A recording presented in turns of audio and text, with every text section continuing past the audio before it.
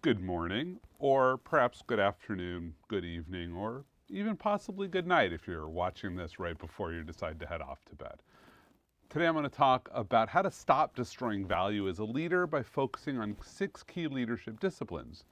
If you have not found this video on my website, that QR code will take you right to this talks page. So you can get some more resources there, see other variants of this, and other content I've made available for you. This itself is only part of the content of an entire spectrum of leadership. So in addition to that web page I've shown you, you can also check out my book on leadership, 1% Leadership, or subscribe to my daily newsletter, weekly newsletter, the Duha 1 newsletter. So let's talk about what leadership is. But before we can explain leadership, I think we have to put it in context, because leadership exists in the context of work. And what is work? And work, I don't mean employment. I mean any time that a human takes their energy and is trying to turn that energy into some value. And so that's what work is, and that could be employment, that could be working in a nonprofit, in a community service, hanging out with your friends and playing a game is a form of work. And so in that context, leadership is the ways that we're going to affect this transaction. Most of them aren't positive, right? We tend to waste energy and kill value. What are the ways that we do this? Well, first of all, we exhaust the people who are doing work, which could be ourselves. Just to be very clear, you do need to lead yourself as well. In addition to exhaustion, there is exclusion. When people are spending energy not feeling welcome and so they have to work to push themselves in, well, that's work that isn't creating value. It's work that's just getting here. So energy is being wasted and cut off by exclusion. Sometimes we demotivate the people who are engaging in work, and so some of that energy just goes into, don't feel like I'm present, and that's a problem for us. Sometimes the people aren't able to do the work, that they're excited, they want to do this, but they don't have the right skills. Other times they do the work, but the work is ineffective. Maybe they did 95% of the work, but the last 5% was waiting on somebody else who wasn't engaged, and so that work became ineffective and was wasted. And of course, they could be misaligned. Other parts of the organization might be doing something else, and so your work gets thrown away. And so these are the 6 ways that we waste energy and kill value. And since I talked about 6 leadership disciplines, you should expect I'm now going to talk about what are the disciplines, right? So first of all, let's think of these categorically. Personal stress, skills application, and organizational alignment are these major areas in which we waste energy. And so now let's look at the disciplines, right? So alignment is the way that we deal with misalignment issues. Planning is how we're going to deal with ineffectiveness, make sure we have all of our resources lined up. Development is how we're going to make sure people have the skills and the ability to get things done. Inspiration is how we will motivate people to engage their desire to do good work with our need for specific good work.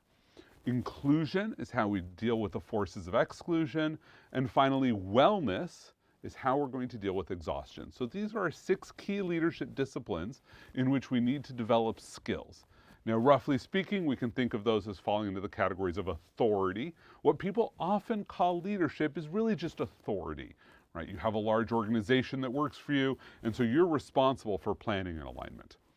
It's management, what we think of as direct line management, where you have a team that works for you and you need to support their inspiration and development. And it is the support, which is what individuals are often tasked with doing for themselves, which is taking care of wellness and inclusion, but it's really supporting individual humans. So these are our areas in which we're going to talk about leadership. And when we think about these, right, we often think about this as support is a personal problem, management is a team problem, and authority is an organization problem. In reality, these all actually apply all across the spectrum, right? There are things that individuals can do to deal with planning and alignment challenges, and there are things at the organizational level that we do for wellness and inclusion. And so as leaders, when we're going to develop our skills in these 6 disciplines, we want to make sure that we're looking at this whole spectrum. How do we take care of ourselves? How do we take care of our team? And how do we take care of our organization? So let's look at wellness first. So wellness is just about maximizing the energy that people are going to bring to the organization. They spend energy and then they bring some to us. And we often measure time. Time is not a great proxy for energy. Because if somebody is feeling really sick and they show up at work, but they're sniffling the whole time, they're popping Sudafed and Mucinex, and they're really not engaged, like they didn't bring a lot of energy to the organization. And also, they might have driven, an hour into the office and they didn't have any meetings today. So it's energy they wasted. We only think about the time we see them in the building, but from their perspective, it's how much of their total energy for the day did they spend. So the skills that we're going to focus on here, at the individual level, we're going to talk about wellness. Wellness is the most important asset that you control as an individual. If you do not have wellness, you have nothing else. Like the more unhealthy you are, the worse off you are. So take care of your wellness. And that means that you're going to need to do things that sometimes mean don't give energy to an organization so that in the long run you can. Like if you're sick, go get healthy. A day off when you're starting to get sick is better than 4 days of being sick later. Plus, your colleagues will probably thank you if you don't infect them. Worry more of us probably had before half of the world was in a virtual work situation. At the team level, really important thing here, which is we're always dealing with deadlines and urgency. But rarely is it that forcing somebody to bring in extra energy to you, maximizing the great work you can get out of them right now for that deadline on Friday. But if you're going to lose them for multiple months of they're not going to be engaged, they're dealing with the exhaustion and the cleanup, whatever their family trade-offs had to be, like very rarely is that great work right now more important than continued good work later. So be very careful with how often you tap into the energy to pull more of it in. What you really want to do is focus on reducing how much energy is being lost to just showing up. I like to think of this in the incident perspective, which is like when you have an incident and there's a crisis and it's going to run 16 hours and everybody is full charging on that incident to get it solved as quickly as possible. If it's going to likely take you more than 8 hours to solve it, one of the best things you can do for the organization and the people is send home your second team, because they're going to show up in 8 hours fresh, ready to go, and they're going to pick up on this incident. Let your first team get a break, rest, recover, eat, maybe take a couple naps and come back fully charged instead of just trying to drive through into everyone's exhaustion. And then really importantly, you need to pay attention to wellness at the organizational level. Because what happens is there's so many things that we measure for our managers. We talk about output and goals and everything, and then we stand up at an all hands and we say, look, it's really important that we take care of wellness. Vacation time matters. And that's the only time people hear that vacation time matters. If you're not paying attention to how often people are out of the office in the positive way, we want you out of here taking care of yourself, healing. Like if you're not paying attention to that, it's not going to happen. So what'll happen is the subtext of what you're telling your management is that you don't care about vacation, so they don't care about vacation, and because you're not paying attention, you don't notice that that's what just happened, and your organization thinks that you're a fraud because you say you believe in wellness, but you don't. So make sure you're paying attention to the things you say you believe in. So that's for wellness. So those are our 3 skills we might work on here. There's obviously a lot more, but here's sort of 3 of them. Now let's go look at inclusion. So we talk about inclusion.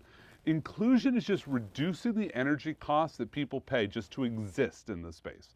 So when we thought about wellness, it was the energy they were wasting to get to the space. Now it's about wasting the energy once they're in the space. And you've probably had this, maybe some of you have. If you haven't, you're very, very fortunate. But you come into a space and you look around and you're very obviously the only person who looks like you. I went to a Taylor Swift concert, took my family. I was obviously the designated driver. And yeah, I look around a stadium and, if it's 1% male, like that would have been a high number. There were no men's restrooms. There were women's restrooms and co-ed restrooms, simply because, that's what was needed. I paid a little energy cost. Totally happy to do that in that instance, but recognize that you have colleagues who are probably paying an energy cost all the time just to exist in a space, right? There's this feeling like they're just being flooded, and it's all little things, right? This is where language like microaggressions comes from, because every one of these drops feels like it's intentional. Even when it's not, it still feels like it. And so our job is going to be to say, how do we deal with this so that people can better weather and feel protected from that? So first of all, at the individual level, one thing for you to think about recognizing is there's a very good chance that many of the things that you feel are not ill-intended. I'm not saying they don't have bad harm, but they're not ill-intended. And if you assume that the people who do them are evil or are bad, you say you're a bad person for doing this, you're not going to get the right engagement. Like, you're not going to solve your inclusion problem, and you're probably going to create another one. Sometimes that can feel good. You make other people feel painful. But simplest thing is, like, don't borrow evil where it isn't intended, so that we can solve other problems. Because the real thing that we want to solve over here is this, which is that inclusion is the sum of everyday micro-inclusions. The microaggressions that people often feel are sometimes really micro-exclusions. It's like, you did this thing to make 60% of the people comfortable, and you didn't do it for me, right? And that hurts a little bit. And when you always make the same 60% feel comfortable, well, of course, I'm going to feel that as if it were a specific choice. The reality is that you try to make the 60% uncomfortable. As a team manager, it's how do you also make the 40%? So the example often used in HR trainings when we talk about this is, you come in on Monday and you talk about sports. Like, oh, did you see the game this week? And you've got your buddy you always talk to. And then you walk past everybody else, go into your office, close the door, nobody ever sees you. And if you ask them in HR, what you'll often get told, because it's an easy answer, is like, don't have that conversation in the workplace. And that's an easy answer, but it's a bad one. Because the reality is, you made one person feel included. That was good. Now the question is, how do you make other people feel included? If you're going to do this, have a list. Keep track of people. Who do you talk to? Who do you not talk to? Like, you get into your office and you're like, oh, hey, I talked to Joe and I didn't talk to Mary or Taylor or, Sam. Okay, great. Maybe I've got to think about, like, what do Mary, Taylor, and Sam, what are they interested in? Do we have any common interests I can have a conversation in? How do I make sure that I ask about people's dietary restrictions before we have a meeting? Like, it's little things that people, see. And so they don't feel like it's like, oh, I got excluded because this time that person was talked to. They feel excluded because every time somebody else got talked to and never them. Now, at the organizational level, your culture is like a garden, right? It's plants that you have celebrated, but it's also the weeds you tolerate. Like, if you've ever gardened, there are herbs that you can grow that are very prolific. And when you're first planting, like, oh, this is great, I have all the mint I want. But then if you try to plant something else next to them, the mint eats them. Right now it's a weed that you're tolerating. So pay attention as your organization grows to what are the behaviors that you are tolerating, because those are weeds that become toxic to the other plants you want to have. You can't just celebrate the good things. You have to recognize that the bad things that you tolerate are part of your culture and will feel like they're part of design. So make sure you're paying attention at the organizational level to non-inclusive activities. Things that felt great. I used to take my team out for lunch. We'd go out every other Friday. We went out for lunch. And that worked really wonderfully while we were all in one location. But as soon as we started adding other locations, like, those people feel excluded. It's like, oh, hey, the whole headquarters office is going out every Friday. And at some point we got too large, and so we just stopped it, because it didn't feel appropriate anymore. There were people that were like, oh, some people wanted to go eat nice places, some people didn't. And so it became easier in that case just to stop one practice, give people space to go have their own meals. But you have to recognize that things that might work at one scale don't all work at another scale. So that's the inclusion practices that we want to look at. Now let's go talk about inspiration. So inspiration, recognize that people often do desire to do work, but the organization might need different work than they want, and our job is to connect to those two. So as an individual, easiest way to inspire yourself is to remove a demotivating stressor. And so often you're going to choose to do something that has negatives with it and recognize that that was a choice you did. If you're working a job you don't enjoy right now, why haven't you quit? You can answer that question. The answer doesn't actually matter as long as you have a reason. But now you should recognize that burning your energy on the part of the job you don't like is a waste of your energy. Why are you doing that? If you decide to do a transformation project and you're doing this thing that's going to take 2 years to have an outcome, and you're going to spend 18 months slogging through change management, that is crap that you have chosen to wade through. And so recognizing that that's a cost you've chosen to pay can help inspire you to continue to pay the cost. So it's recognizing that you are the agent of your own misery. As sad as that sounds, but there's serenity in that. At the team level, remember to celebrate victories. Everybody should obviously have a healthy enough ego that they don't need somebody else to celebrate their victories. But when it happens, people love it. Maybe it's cake at the end of a project completion. Maybe it's email to their boss, CCing their peers that says, hey, this person did a great job. But every time you celebrate a victory with someone, right, that relationship with them gets stronger. And the next time you ask them to do something, the more likely they are to respond in a positive fashion. And then lastly, at the organizational level, it's very easy for people to get demotivated when they have to second guess why you did something. You have made this change. The only answer they can come up with it for why you did this is that you're incompetent. Therefore, why should they follow you? So sometimes, especially when you have to make difficult choices between hard trade-offs, let your management team help you. Let your leaders be part of that decision-making process. See if they can find a better solution than you've got. That would be fantastic. But if they can't, their effort to navigate the path that you're on drives the engagement once you're on the path, because they know that you valued their contribution and that they were really appreciated as a team member. So those are inspiration skills that we're going to look at. Now let's talk a little bit about development. Right? So development is making sure that you have the skills to change the world, right? That you can build the walls that you need to build. And so at the individual level, most important thing is accept that you have things to learn, right? Accept that you might be wrong. You've learned something new. In what way is that new thing that you know not going to be helpful? That is how you become more right. And so I found it to be very helpful to start statements when I'm trying to explore something.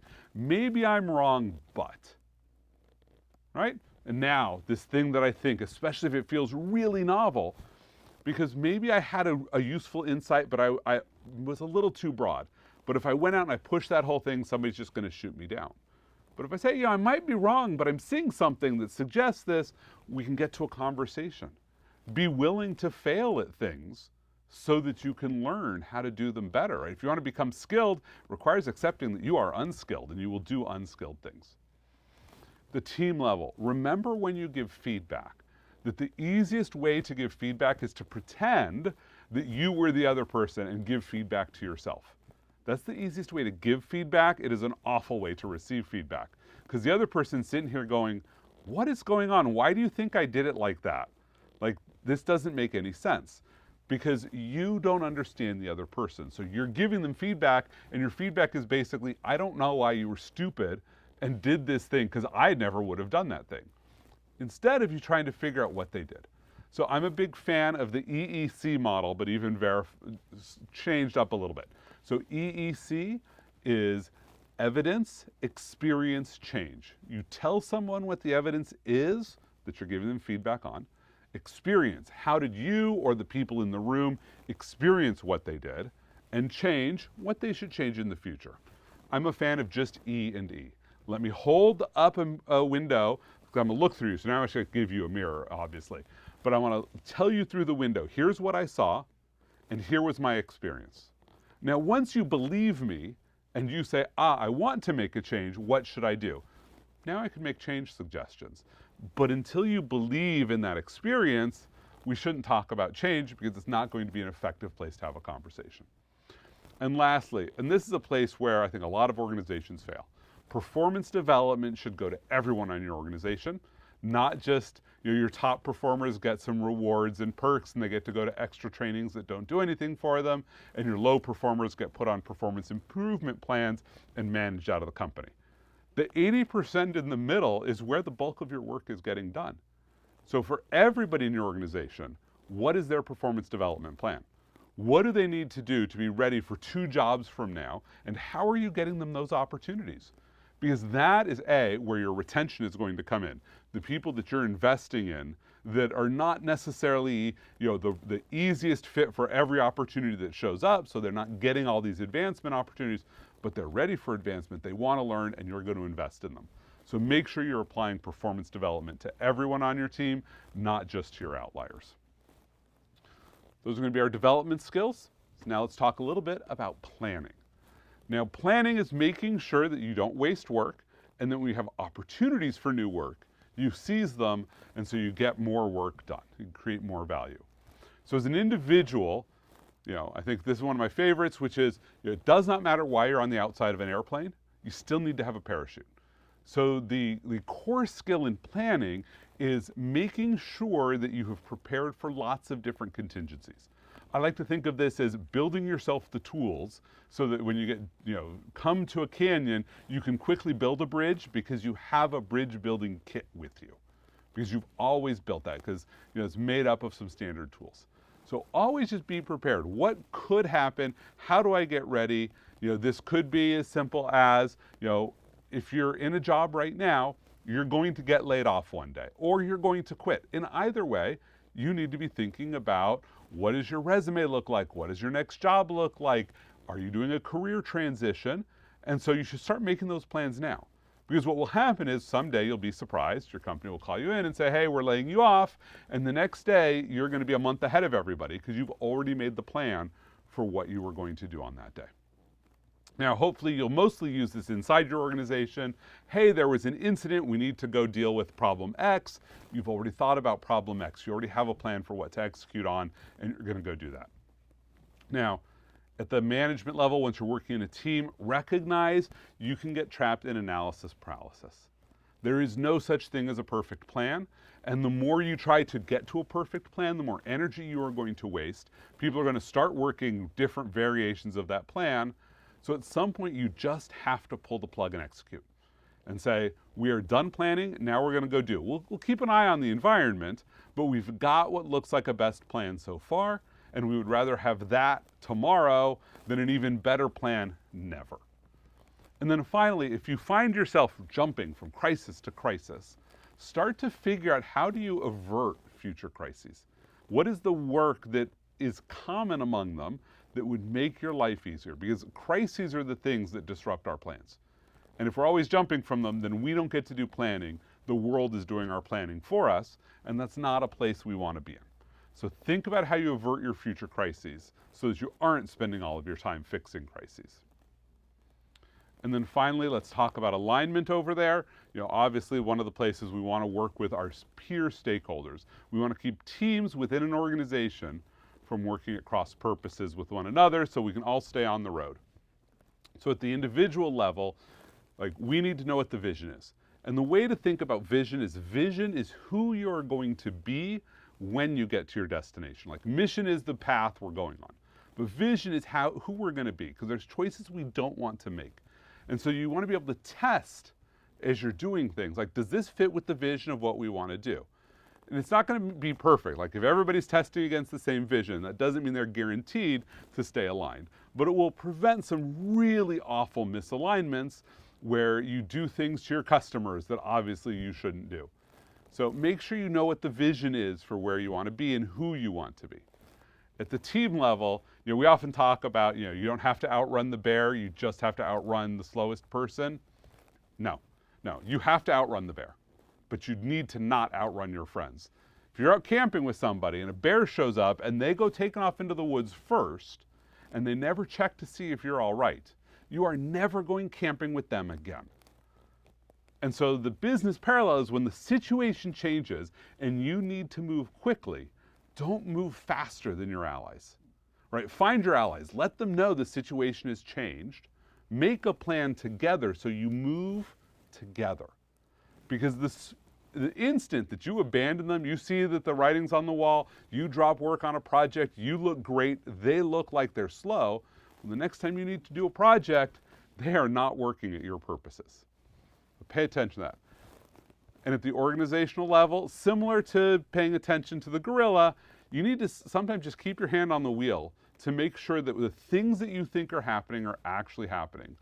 If you have processes that move from one organization to another, Who's got their hand on the wheel as that process goes to make sure that it ended with the intent that it began with? I've run into this when writing documentation that will be public facing.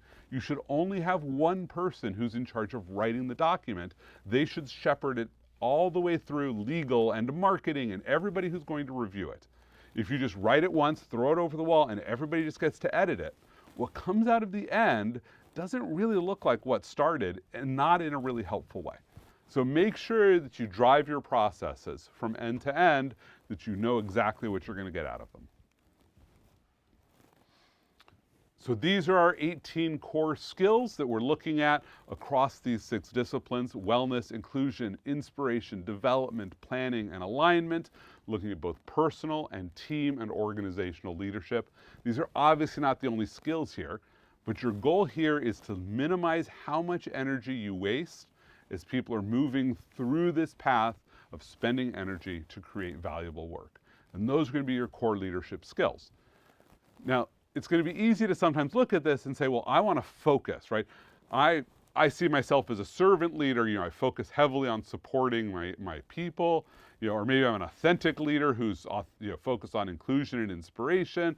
I might be the business leader that's all about business alignment, right? And that's fine if you want to have a place that you're really good.